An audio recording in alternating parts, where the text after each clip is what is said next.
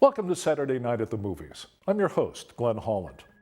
Tonight's film is Francis Ford Coppola's tribute to automotive innovator Preston Tucker, a combination of comedy, drama, and biography aptly titled Tucker, the Man and His Dream. The 1988 movie was a collaboration between Coppola's Zoetrope Studios and George Lucas's Lucasfilm Limited. It stars Jeff Bridges, Joan Allen, Martin Landau, Elias Koteas, Frederick Forrest, and Christian Slater. There are also cameos by Dean Stockwell as Howard Hughes and by Jeff Bridges' father, veteran actor Lloyd Bridges, as a Michigan senator. Preston Tucker is a man fascinated by engines and especially by automobiles from an early age. He's had some successes and several failures in business ventures that have included racing cars, aircraft, and a battle vehicle for the Second World War that introduced a new type of gun turret.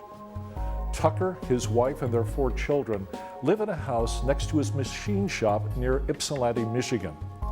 Once the war is over, Americans are anxious to buy new cars, but the big 3 automobile companies, Ford, Chrysler, and General Motors, are slow to offer consumers anything new. Tucker, on the other hand, is determined to produce a safer, faster, and more dependable sort of automobile for American families. His planned Tucker Torpedo will be the car of the future, boasting safety glass, seat belts, a pop-out windshield, disc brakes, and swiveling headlights to make turning the car at night easier and safer. In addition to his team of skilled mechanics, Tucker hires a young designer, Alex Tremolis, and seeks out a financier, Abe Carrots, to help him secure money for the project. With his help, Tucker raises money through a stock offering and the sale of Tucker automobile dealerships.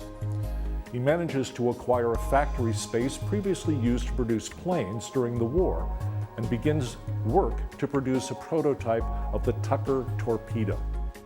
But interference from the big 3 automakers and their friends in government, as well as production, financial, and time schedule problems, put Tucker and his team to the test as they struggle to make his dream of the car of the future a reality. Preston Tucker was born in Capac, Michigan on September 21, 1903, the son of a railroad engineer who died when Preston was only a few years old. Obsessed with automobiles, he learned to drive at 11 and by 16 was buying and refurbishing cars to sell at a profit. He attended the Cass Technical High School in Detroit, but quit to work as an office boy at Cadillac. He later joined the police force in Lincoln Park, Michigan, and married his wife Vera in 1923. They leased a gasoline station that Vera ran while Preston worked on the assembly line at the Ford plant. He later moved into auto sales and became interested in automobile racing, moving his family to Indianapolis to be closer to the Indy 500 Speedway. There he worked with Harry Miller, who built engines for racing cars. They were partners in various business ventures until Miller's death in 1943. In 1939, Tucker moved again, this time to Ypsilanti, Michigan, where he set up the Ypsilanti Machine and Tool Company. There he created an armored battle vehicle with a top speed of 100 miles per hour. But the United States Army wanted something only about a third that fast. Tucker was also involved in various projects involving aircraft during the war. After the Second World War, with the American public clamoring for new car designs, the big 3 Detroit automakers were essentially offering the same models they'd sold in 1941. Despite the advent of new technologies and new concerns with safer driving. It's hard for us today to appreciate just how unsafe driving was in the 1940s. Not only were both drivers and pedestrians often recklessly unsafe, cars themselves had few of the safety features we now take for granted. Auto windows would shatter in accidents, dashboards were unpadded steel, seatbelts were virtually unheard of, and engines, brakes, tires, and headlights were all unreliable. The market was ready for small automakers to step up and offer something new.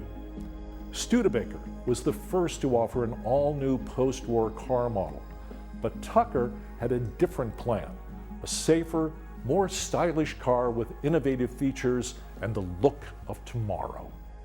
Tucker, the man in his dream, was a real passion project for Francis Ford Coppola.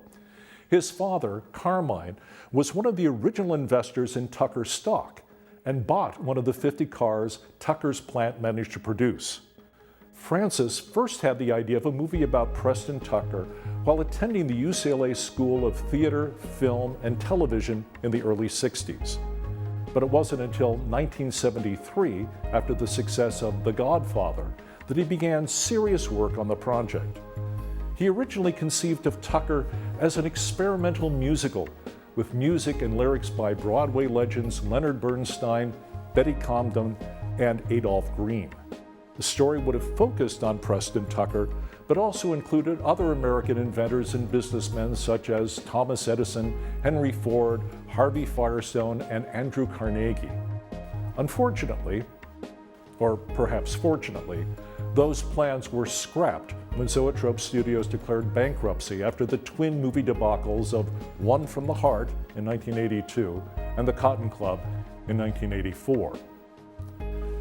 It was George Lucas who encouraged Coppola to revive the idea for Tucker in 1986, calling it the best film Francis had ever been involved with. He encouraged Coppola to drop the concept of a musical and instead make something like Frank Capra's movies about the meaning of the American dream, especially Capra's 1939 Mr. Smith Goes to Washington. Lucas also agreed to be the film's executive producer and offered Coppola use of the resources of both Lucasfilm Limited and Industrial Light and Magic. At the same time, Lucas himself had produced two critical failures in 1986, the fantasy musical Labyrinth and the disastrous superhero comedy Howard the Duck. Distributors balked at the proposed $24 million budget, so Lucas decided to cover the costs himself. It's nice to have friends. Coppola consulted continuously with Preston Tucker's children and grandchildren while developing and producing the film, in keeping with the movie's emphasis on the role of family and friends in Tucker's life and work. Coppola was developing the film in the aftermath of a family tragedy of his own, when his son Gio was killed in a speedboat accident at the age of 22. What is sometimes called family values is an important theme in the movie, and the sepia-toned cinematography gives the impression of looking through an album of particularly well-shot family photographs. In fact, Jeff Bridges studied the family's home movies to get a sense of Preston Tucker's mannerisms and his way of carrying himself. The family, in turn, heartily approved of Bridges' portrayal of Tucker and allowed Bridges to wear a black pearl ring and a pair of cufflinks that had belonged to Preston while the film was being shot. Preston's son, John, said Bridges has got it all in the mannerisms and the look. My father was very positive, always thinking of what came next. Jeff captures that. Other enthusiastic participants in Tucker, the Man in His Dream, were the members of the Tucker Automobile Club of America. 47 of the original 51 Tuckers still existed when the film was made, and many were in excellent condition. The production borrowed 21 of these original Tuckers and used them extensively throughout the film, in both factory and street scenes. No original Tuckers were harmed during production of the film. The crash scene instead featured 3 separate artificial Tuckers: the before with a fiberglass body, a Studebaker modified to look like a Tucker for the rollover, and another fiberglass after version on a Ford LTD chassis. Both Francis Ford Coppola and George Lucas had 2 Tuckers each, although Lucas later sold one of his in 2005 for over $385,000. Tucker, the Man in His Dream, received mixed to positive reviews, most of them praising the performances of both Jeff Bridges and Martin Landau, who received an Oscar nomination for Best Supporting Actor. A critic for Variety wrote, "The true story of a great American visionary who was thwarted, if not destroyed, by the established order.